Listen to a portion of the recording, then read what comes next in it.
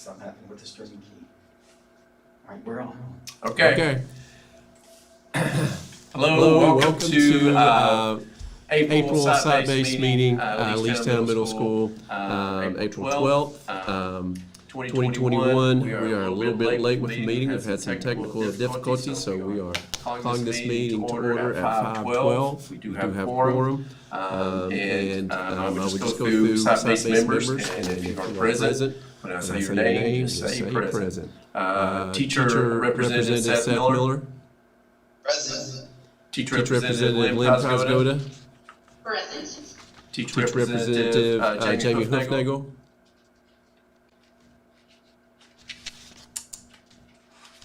Jamie Hoofnagel. Okay. That's all right. Parent Representative Ronette Wilder. Present. And Parent Representative Ashley Holt. Present. All right, thank you all. So sorry about the technical difficulties. We've had some wonky internet issues all day, it seems like. So hopefully everybody can see me. I've got the agenda out there in the background. So I sent the materials to you last night. So first opening business would be to approve the minutes from March 8th, 2021. So I give you a chance to look at those and answer any questions. No questions. We just need a motion to approve. This is Mr. Miller. I took a look at it during our technical difficulties. Motion to approve the 412 agenda. And this is Ronette Wilder. I second. All in favor? Aye. Aye. Any opposed? Okay.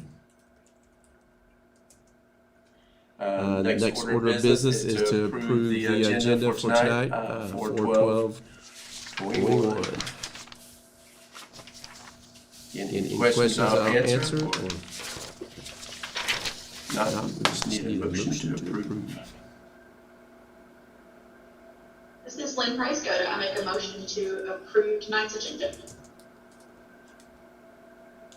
And this is Ashley Hope, Parent Representative, and I second. All in favor? Aye. Aye. Aye. Any opposed? All right. Agenda has been approved. Public comment. We do have public comment in the house tonight. Mr. Wilson is joining the meeting. Any comment, Mr. Wilson? Very nice. Very nice. Okay. You made the minutes.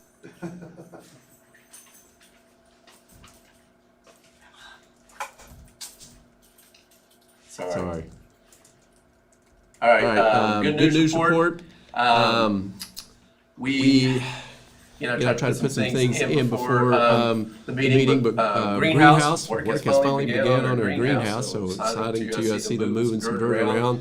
We're supposed to be out here today. I ran into a problem with the city that there was a random pipe out there, and we needed the city to basically approve the removal of that pipe so that we could continue to work. And finally got that approval, so they should be laying gravel tonight or this week so that they can pour the concrete. So once the concrete pad is up, the greenhouse should go pretty quick. So very excited to see this. The greenhouse was paid for by a combination of District Title I funds and Perkins funding. So very happy to have First Middle School here to get that greenhouse.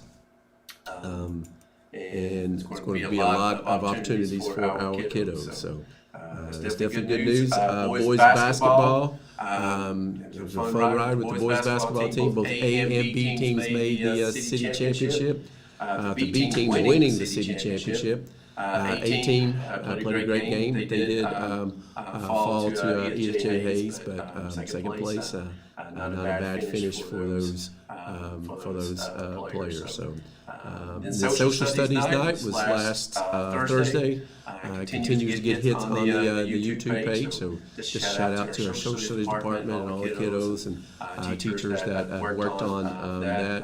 It's another good content night.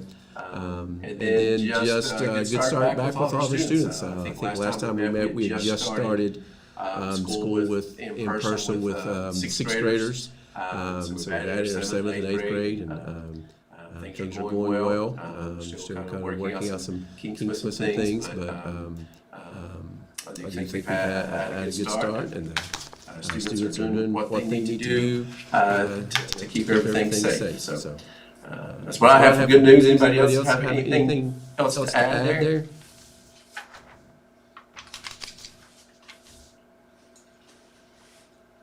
All right. If not, we'll move on to budget updates. So I did share both reports with you. It's student activity funds, which is the ledger report. So I'll give you take there. So if there's any questions specifically about student activity funds, again, these are funds that are generated within the school year to be spent on students within the school year, but when there's unique situations, so we know that some of these funds did get spent, but looks like they will roll over to next year. So take any specific questions if you have about school activity funds.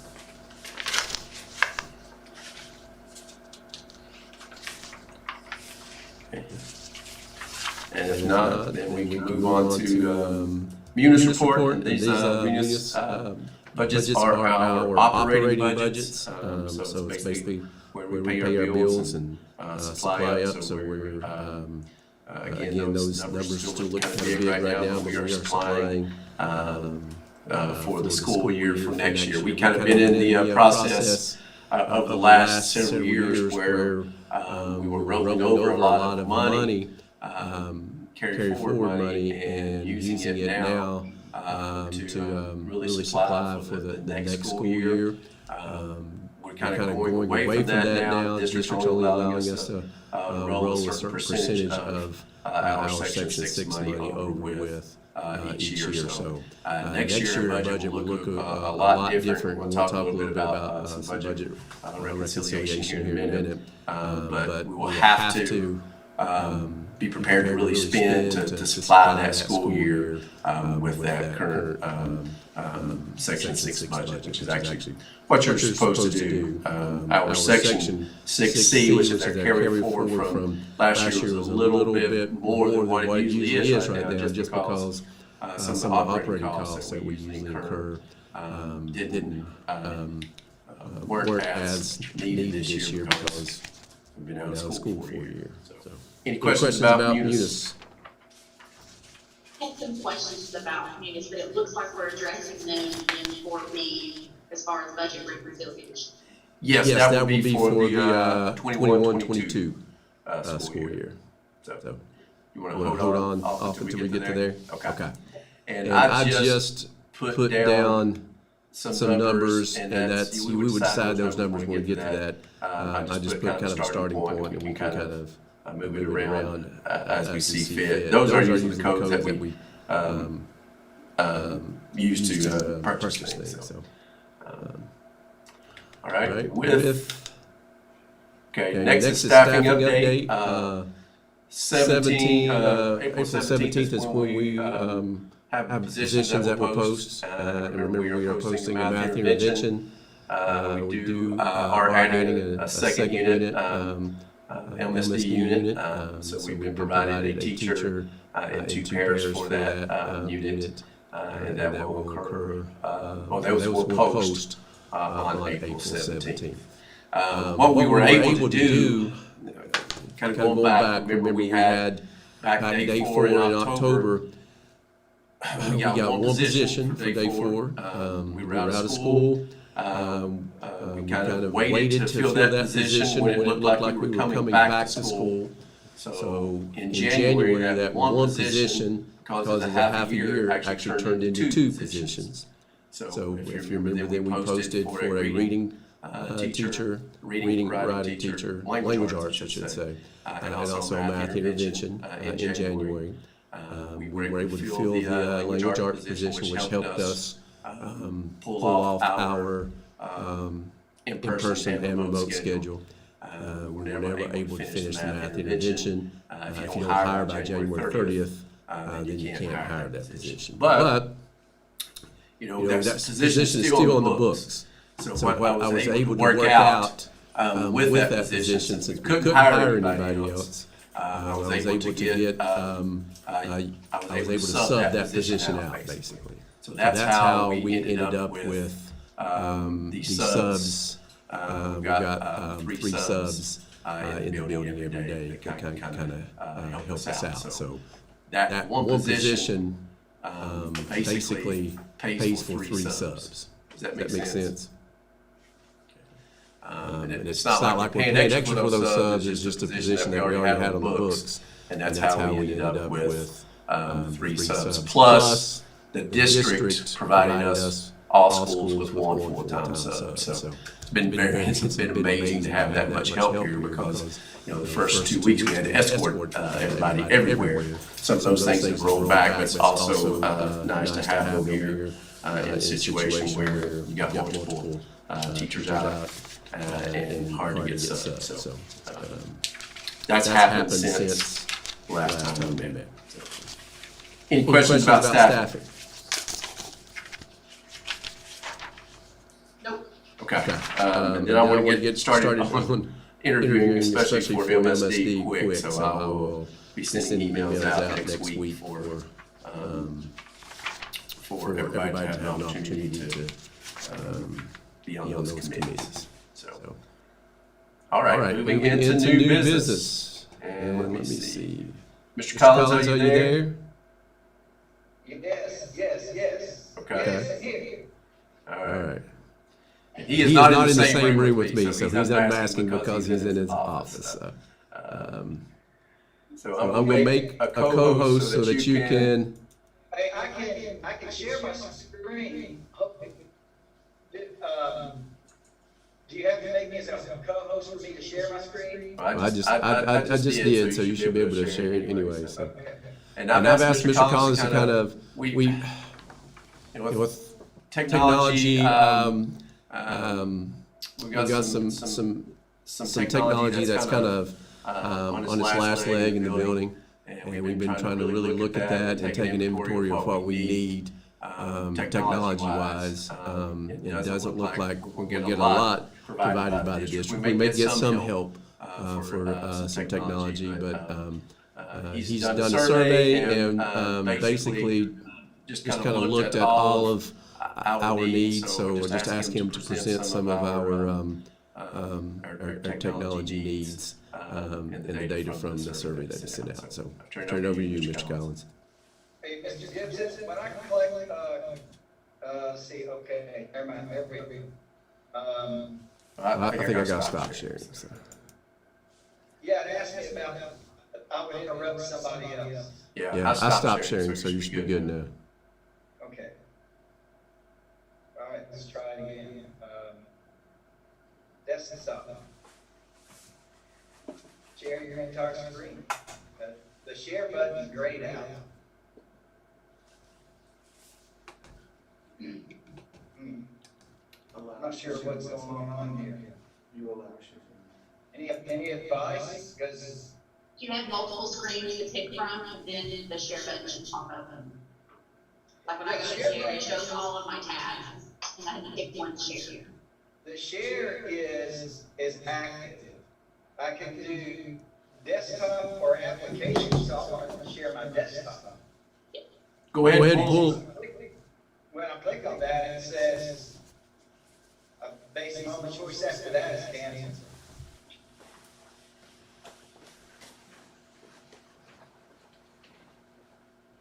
I think Mr. Gibson's on his way. This is one of the new Chromebooks that came in. Cancel, see if I want cancel. I go here.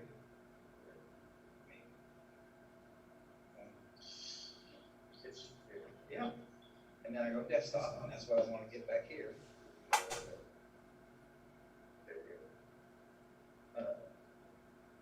Okay.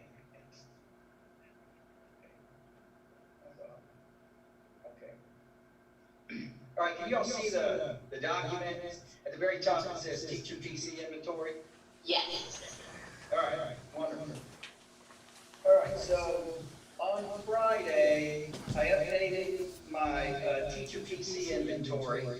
And so we have 75, and I color coded newest, middle, and oldest. And about the approximate age of each one of those, so you get a full picture of what we have in the building. And so the newest are the Dells, and y'all may have seen those. There's 14 of those. The middle aged are those black HP towers that most of you all have. And the oldest are those 6305s HP. And Lynn, that's what yours is. You have one of those. And Lynn can attest to the frustration that those bring to the table. I mean, not for everybody, but for most people. And so send out the survey to understand where we are, what your perceptions are, what your needs are, and also to help Mr. Gibson leadership team, where to move around some money, what we need to fund, that kind of thing. So I got 40 responses. And if you notice, in the statement, you all remember the statement, those teachers that took it, there was a couple of phrases. It took too long to boot up, and then too slow after the boot process. So here's a breakdown of those statements. Notice of the 15 HB 6305s that are in the building, 12 of those showed up in that list of, yeah, it takes too long to boot up and it's too slow. So that's logical, that's expected. And with the 15 of the middle-aged computers, there was 15 of the 46 that showed up there. So that's expected. And then also expected is that the newest of those 14 Dells, 2 of those showed up in the, it's too slow. So why is that? Who knows? But anyway, that's a breakdown. And so here's some options. So how do we solve this frustration that it's very real? So I reached out to Dell and reached out to the district and got some quotes. And so let's just look at the oldest, those 15 oldest that are in the building. To replace that, just the CPU, each one of those would be right at $600. And so that'd be a little short of $9,000 to replace those 15. All right. So another quote from Dell was to include a new monitor with that as well. And so that PC and the monitor comes in at $825.62, and you can see that would be $12,384 to replace those 15 computers. And then the other option could be laptops. So why did I throw in laptops? Well, the district's plan is that they will no longer buy desktop computers. Now, granted, they'll be the small version, not what you all currently have, but they will only purchase laptops for teachers. And there's some pros and cons about that. And so I listed some of the advantages of desktops over laptops, and this is just from me working with teachers over the last 4 or 5 years, is that teachers use a tremendous number of USB ports, plugging all kinds of things into these. And that's why I listed in that survey not enough USB ports, because I've seen that. I want to know how many teachers feel like there's too few USB ports in the PC. Well, with a laptop, it's going to be way less. There may be two, maybe 3, maybe, but probably 2. And these PCs that we have, they have maybe 7 or 8 USB ports. So that's something to look at. And also the number of video ports that are that come with the teacher's PC. There's 2 types, plus the more USB ports, which with the new monitors, they can utilize a USB port. So there's just those kind of advantages. Now, granted, they're not portable, but there are advantages to having all those USB ports. and the two types of video outputs. So, why did I include the monitor above? Well, for the teachers on the call, you remember there was a question about monitors. When we came back, I got hit up so many times with, hey, you have a second monitor, you have a second monitor. Also, before we left, I got hit up with, hey, do you have a second monitor? I really could use one at home. So now that's become an issue in this virtual world, and as we come back doing virtual and in person. So take a look at the data. So the question is a second monitor necessary to be fully functional as a teacher? Out of the 40 respondents, 21% said yes. And of those 21, 16 already have a second monitor, which that means 5 really would like a second. And so, and that's out of 40, so we probably got 30 more teachers that didn't fill out the survey, and if half of those really need a monitor to be fully functional, then now we have another purchase on our hands. So yeah, go on. I was gonna ask you, so if I have a desktop PC and I have the smart board as my second extended screen, can I have a second monitor and have the smart board and have my regular screen all at the same time? Yes. Okay. And then the second question is, the fixes is come back, how do we do that? And so we got that figured out. and then the second question is, if via laptops, could we keep the screens we have right now, then we have 2 screens?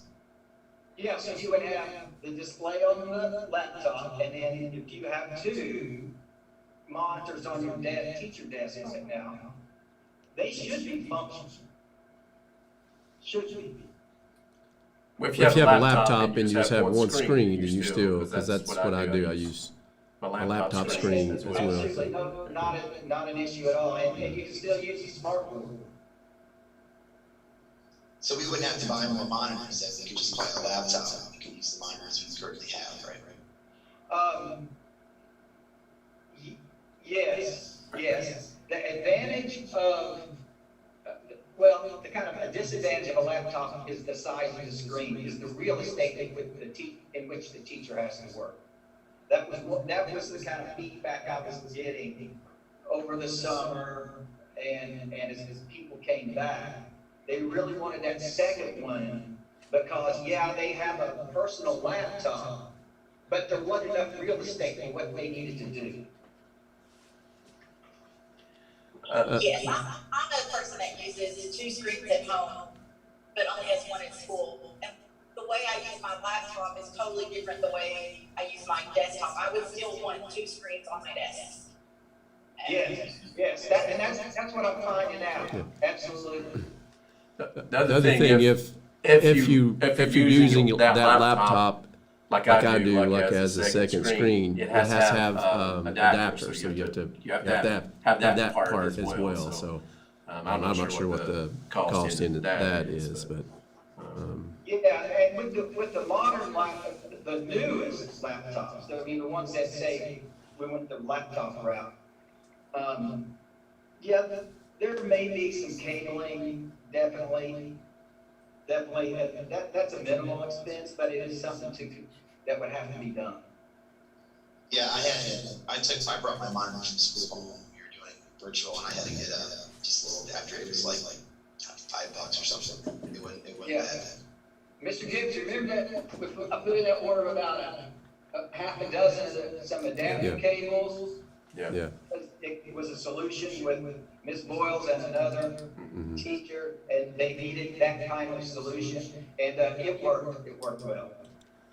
And then I know that we're having a lot of teachers that are trying to bring their own laptop in and use it during the school day, but there's some compatibility with printers and things like that just doesn't work well. So. Yeah, they can't print directly from their, say they have a file on their local drive or their personal laptop, but they could, if it's in their Google Drive, which is managed by the district, they should be able to print from that. Right. It's, Again, about every sentence I say, anybody should, maybe, we'll see. Was that a question on the survey? I don't recall. Are you using a personal laptop at school? No, that was not a question on the survey. Are you using a personal laptop? I think that would be an important issue, something to think about with our tech survey. Yeah, the people did chime in that last question of, is there anything else you want us to know? And Brandy Baker said, yeah, that she bought a laptop. I guess I'm not sure if it was phrased like she bought it because of the poor performance of her PC, but she brings it to school because of her poor performance of her PC. Well, I had to buy a laptop during the home part because my Chromebook wouldn't run it at home. I know there's other people who had to do that as well. Other people have done that. And the problem I have at school, we were back in virtual, about 6 years ago person, was that my PC, the camera, we had to explore the camera, kind of works, doesn't work. And it has more things running, so if you're running Zoom and the camera and trying to play like a video file or something, you actually added more RAM to my desktop in school, so it's probably better than most. But I do think there are some concerns there also. If you have to enter your computer, personal files, data, all that stuff. So, It's definitely we're at a I don't want to say it's a choke point, but we're at a point since we went virtual that changed the culture of what we do in the building in each class each day, and which is now ramped up technology needs to make that happen in a virtual and in-person simultaneous environment.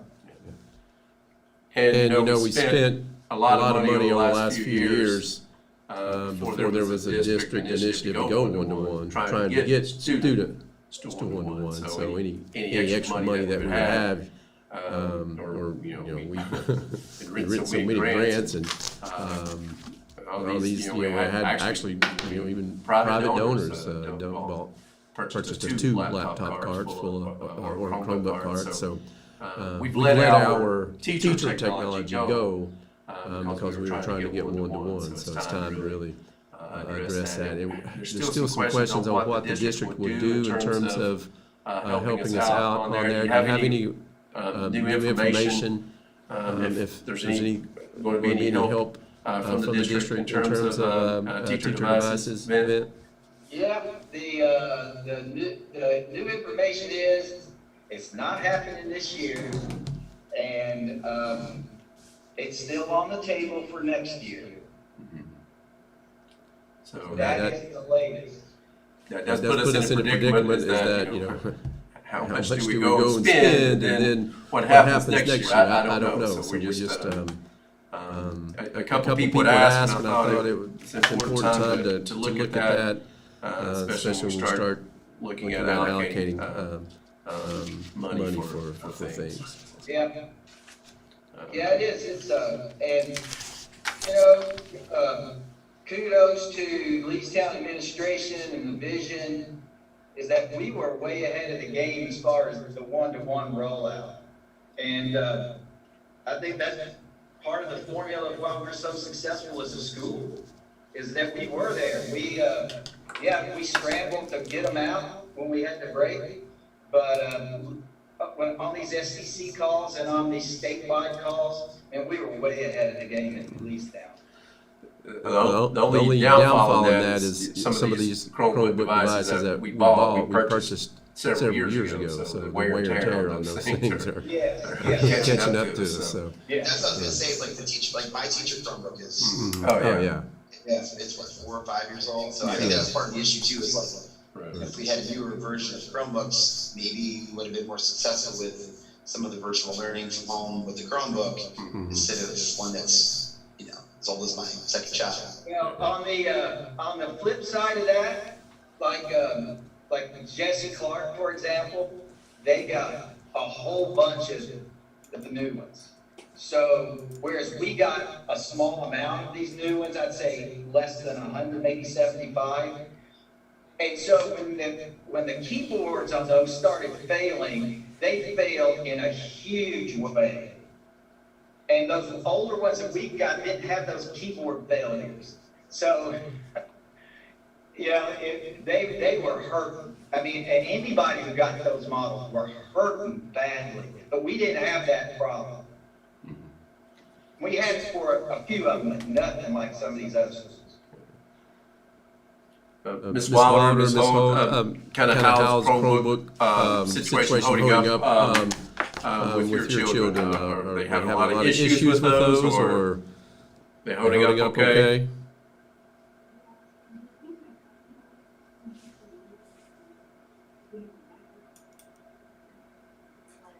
We haven't had any issues.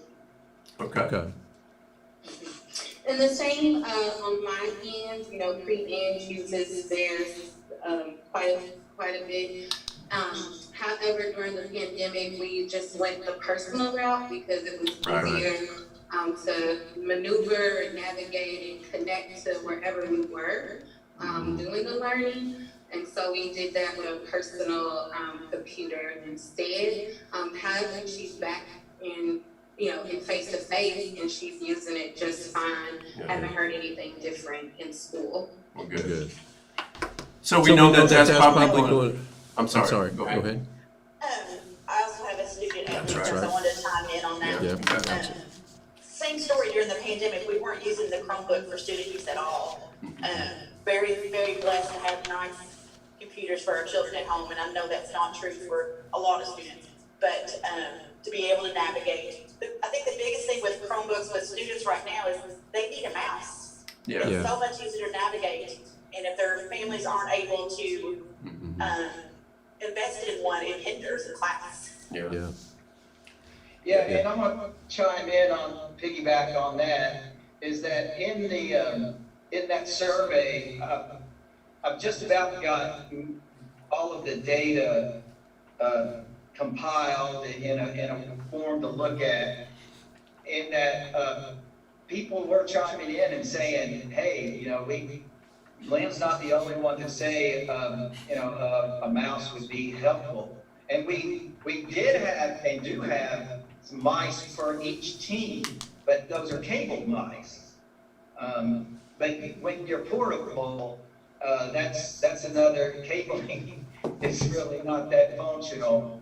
I did check some pricing on some small mobile mice, and they came in right at the $10, anywhere between $10 and $12 a piece. The advantage of a cable mouse is that the battery doesn't die on the mouse. So I don't know if that's, if you have to buy batteries, the kids have to buy batteries, then you're adding additional expense there. But it may be project specific too, as well. There may be some, like when you're doing graphics, like what Mr. Farrell's getting ready to do, and what Mr. Drake would do in art. A mouse would be crucial almost over than using a trackpad. So that's something to think about, being targeting certain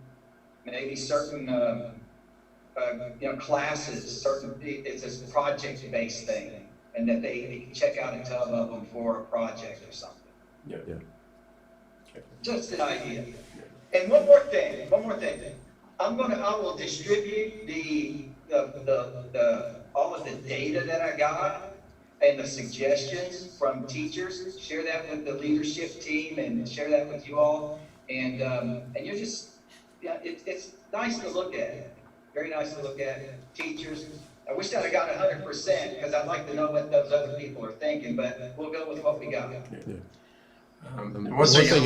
Go ahead. Sorry, did you investigate the cost of just the monitors for people that wanted monitors? Yes. It's right at $220. I'm on it. Yeah.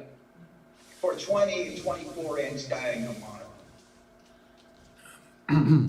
That's, and, there's nothing that we need to act on with that. I just wanted Collins to kind of present the situation we are in with teacher devices. And going forward, although that we do know that there's some, some of our Chromebooks are old, things like that, I think our immediate need in terms of technology spending would be on teacher devices.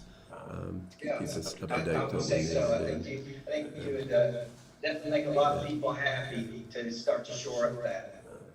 Also, would give Collins a shout out. We were the only school that had. He was here every day during NTI, every day in the summer, all through the fall and winter semesters. So we offered 9 to 4 Chromebook help for students all day long in the cafeteria. That really went. It really helped us maintain those devices and helped us keep students with working devices during NTI. So. It was busy. Mm-hmm. Any other questions for Mr. Collins? All right. So Thank you all for letting me share what I found out. all right. Thank you, Mr. Collins. All right, you're welcome. All right. Budget reconciliation. This is for 2021 budget, and that's our section 6 right now, 97,150. That's the same exact number as we were allotted last year at this time. So they kind of just held harmless in this year. So that's not at 100% right now. What they do is this is all from average daily attendance money. So right now I think we're based on it's probably $100, $105 a student. And in the fall, they take it to $116 a student if everything works out statewide. So what happens is you get this money right now, and then in the fall, if you remember, we got another little chunk of money from the budget that we're having to put in codes as well. So we hope that goes up, and I think it will. So this is just kind of the starting point for us. Those are the codes that we use. And remember, this budget is basically, this is our operating budget. This is what we operate the school on. Stipends, I usually, put a couple thousand in there for specific things. If we have, if we need to get help for K-Prep, I've got a sub that would come in, I'd pay a stipend for that. If we got, if I need to do a sub for a couple teachers, if we're going on a field trip and we need some people to stay back, that's where that money would come from.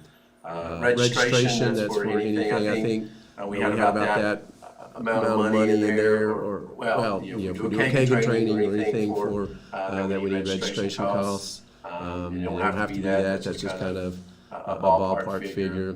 Tech repairs, I usually have around, we usually put 4,000 or 5,000 in there. So after looking at what Colin sent me, I thought maybe we could bump that up. It doesn't have to do that. We can go lower. Copier rentals, that's about what the copy machine costs for a year. But we should be we're saving on paper right now. So hopefully that will be the case going forward. So paper comes out of supplies down there, and normally we would put 20,000 for rental and about 15,000 more for supplies. But I feel confident in saying that we may be less in terms of paper. Other supplies can come out of that as well.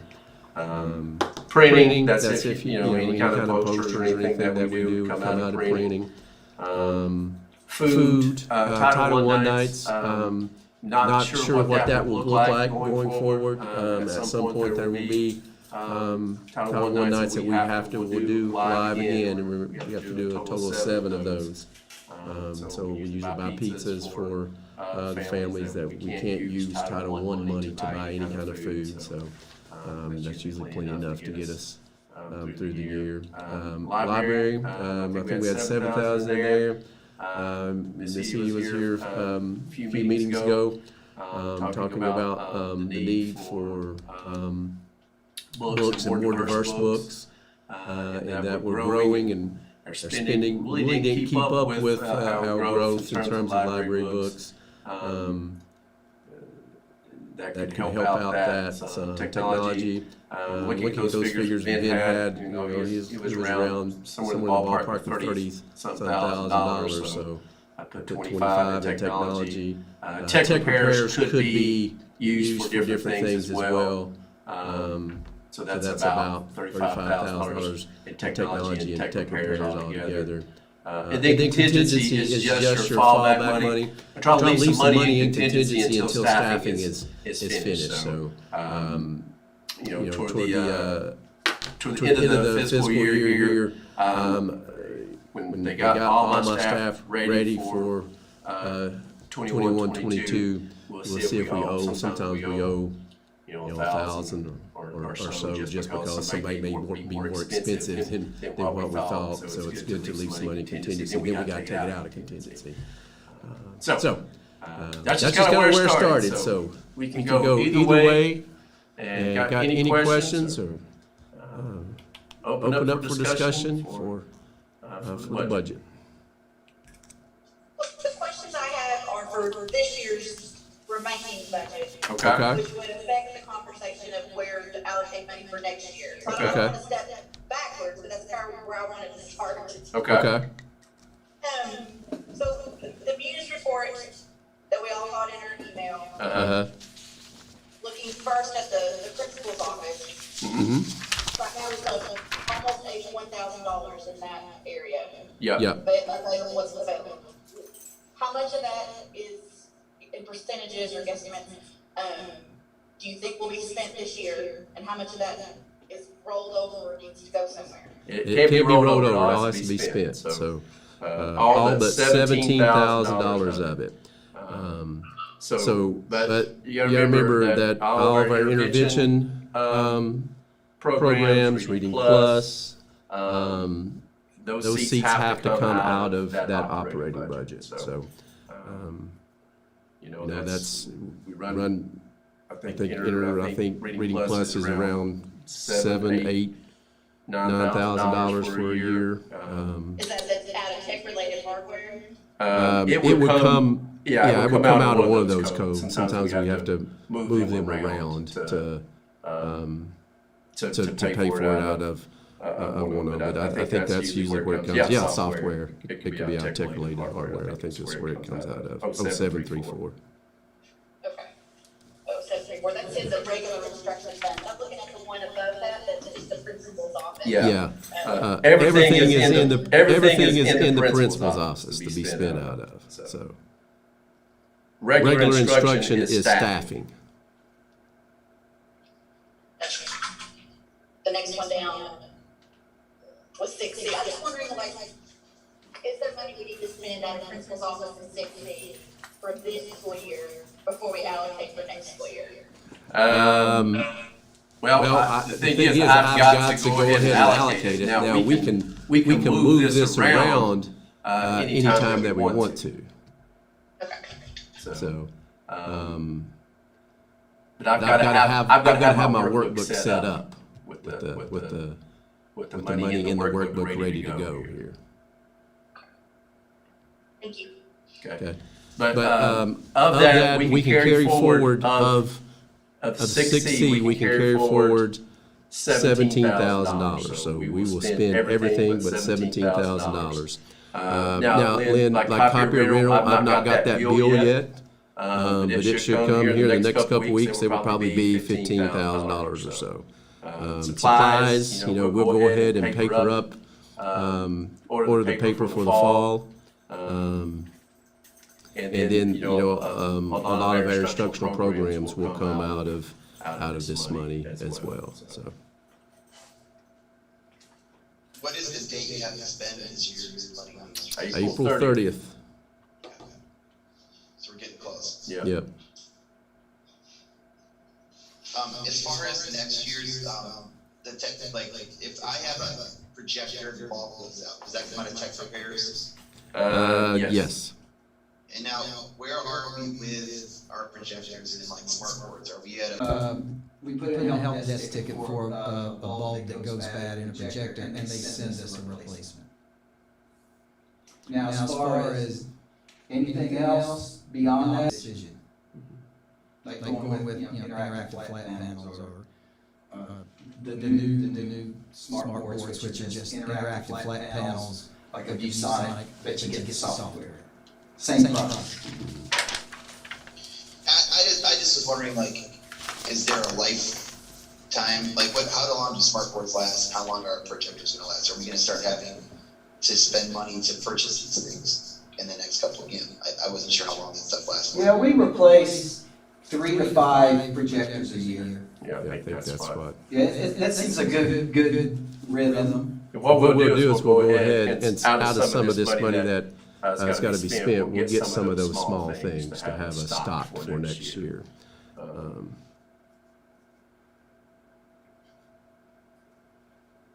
Now, I will tell you this, there is a shelf life on interactive flat panels, at least that's the word coming from, the district tech folks.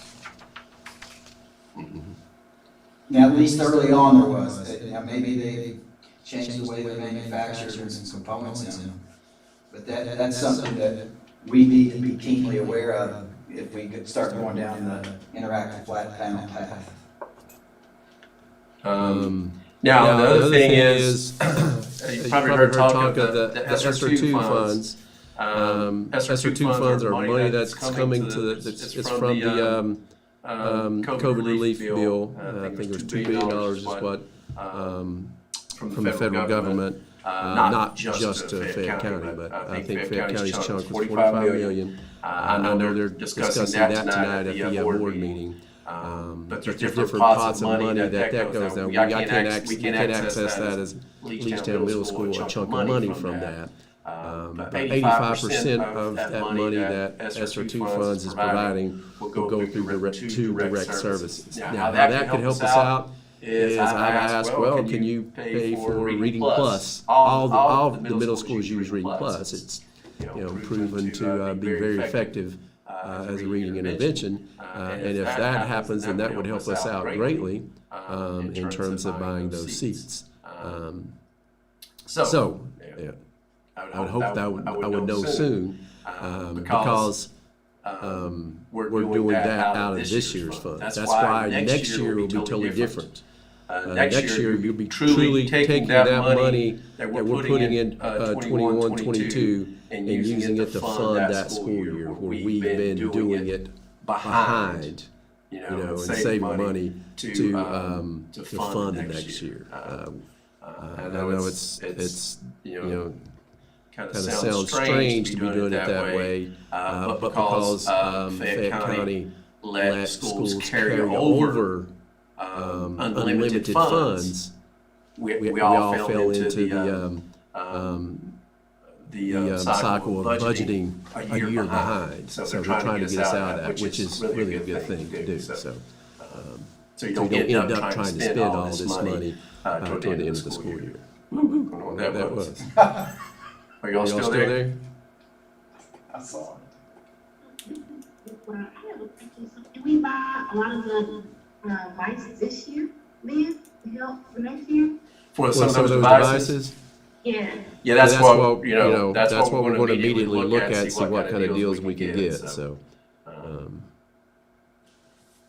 for instance, then if we're able to get some out of the remaining funds that we have, then in June, we would probably want to take some of that money out of technology for 21, 22 and put it somewhere else, maybe in supplies, so because you can, supplies go for anything.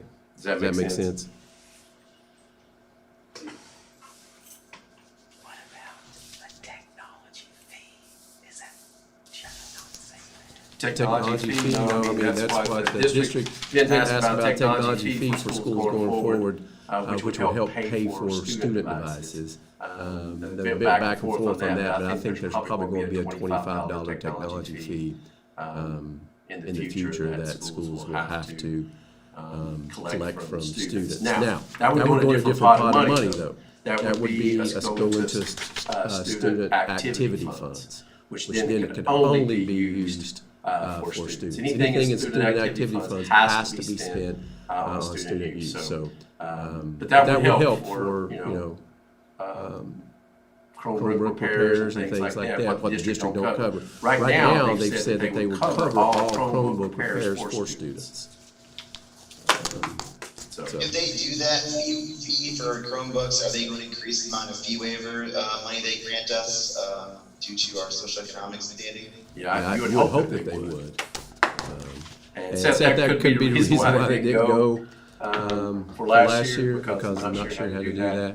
Well, they've been pushing it Yeah. and encouraging it. Yeah, But but if if what what Seth's Seth's asking asking for for having to like collect that that fee, fee, being 70% free and reduced lunch, that could affect our fee waiver totals. Yeah, I mean, it's an equity issue because Yeah. you're asking basically the community to pay for something that may not be there to pay for, So, and then they're expecting us to take kids on field trips, and that comes out of the fee waiver money. So it's a double, I don't want to double dip out of that pot. It's not any bigger. Okay? Any Any other budget questions? Do Do you feel like that we need to put the money in other places, or? I like the numbers that you have laid out in 4B, and I make a motion that we accept those for the 21-22 school year. Okay. I'll second. Okay. And, we can always, because like I said, this budget's going to be more fluid next year. So, in June, we can always look and see if we need to move that money around, which is an easy process too, so. Okay.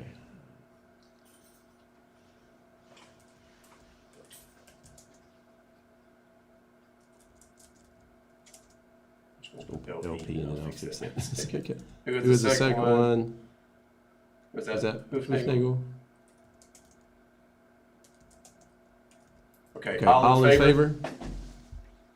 Aye. Any Any opposed? opposed? All All right, right, motion passed. Okay. Okay, I have one quick question before we move on. Go ahead. go ahead. Out of those categories, where would school-owned instrument purchases come from? That's a good question. In the past, we've been told that we could not, as a school, buy student instruments. But let me look into that and see if that's changed, because that could be something that we have to deal with as well, especially with the number of students that we'll get over the next 3 or 4 years. I know Or things that. that individual students wouldn't Right. rent to take home, like timpani or mallets or bells, Right. like Right. those bigger instruments. I just know in the past, if there was a need, we found a way to purchase things. I was Yep. a very lucky Right. benefactor of that when we Yeah. needed a piano. I just wondered where it came from. When I buy things like that, we always purchase it out of supplies. Because that could be general supplies. So your piano would come out of that. I think we were in bad need for stands, music stands last year. So Chip had written a little proposal, and so it comes out of supplies, basically. So what we might want to do is, after staffing is over, and let's say I don't have to use any contingency, then the most obvious place to put that $12,000 would be then into supplies. Because that could be instructional, that could be music related. Does that answer your question? Yes, thank you. Okay. Okay. All right, field trip requests. We do have field trip requests. Field trips have been approved if it is for a conference. An FFA Leadership Conference, July 14th through 16th. 9 students, that is the cost for the students, $79 and $79.50, and it's in H-Brab, I think that's Hardinsburg, Kentucky. So that's the only field trip. Like I said, it's not going to be a lot of field trips over the next few months, but something like that is approved from the district because that is considered a conference for those students. I'm Seth Miller, motion to approve the FFA field trip. Okay. Actually, Hope will second that. Ooh. Okay, all in favor? Aye. Any opposed? All right. Motion passed. PD request, CTE conference, Jackie White, and Ms. Searcy, and that is paid for through Perkins Funds. So no cost to the school, and I believe that's in June.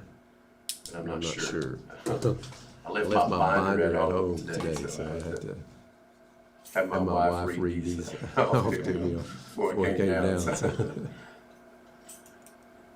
Price Goda. I'm going to make a motion to request these two PD requests. Miller seconds. Okay. All in favor? Aye. Any opposed? Okay. Fundraiser, and this fundraiser is to run, I think it was in September. T-shirts, Drama Club's going to sell some T-shirts to raise money for his shows next year. Hopefully we can put on some plays and things. So. Just need a motion. I think, hang on 1 second. Go ahead. We saw some staff emails come out about these. I think this has already started.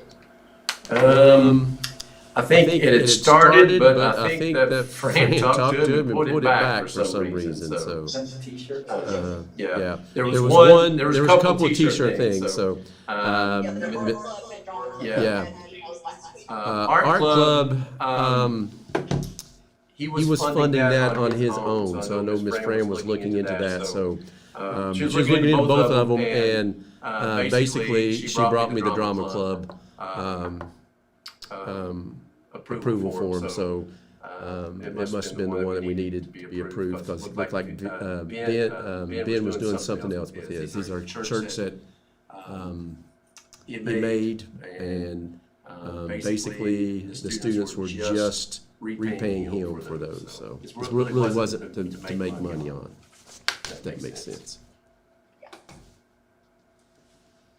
But I may have the date. Okay, I may have the date wrong on Briggs's though.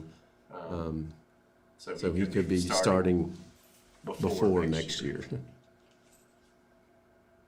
Do I need to make a motion? Yeah. All right, I make a motion for the drama club T-shirt to raise money. Okay. To approve it. All right. Okay, all in favor? Aye. Any opposed? All right. All right, agenda items for May. We've got world language assurances, so it's document. We do get, we have two world language programs, Spanish and French is a district-provided position, so we always have to, well, they want to start with us passing a document that says that we were sure that French will be scheduled in their master schedule, so we'll review that in May. We have map data. We are testing maps starting tomorrow, Thursday, and then we should be able to look at our schedule for 21-22. So with that, it's 6:11, so we just need a motion to adjourn.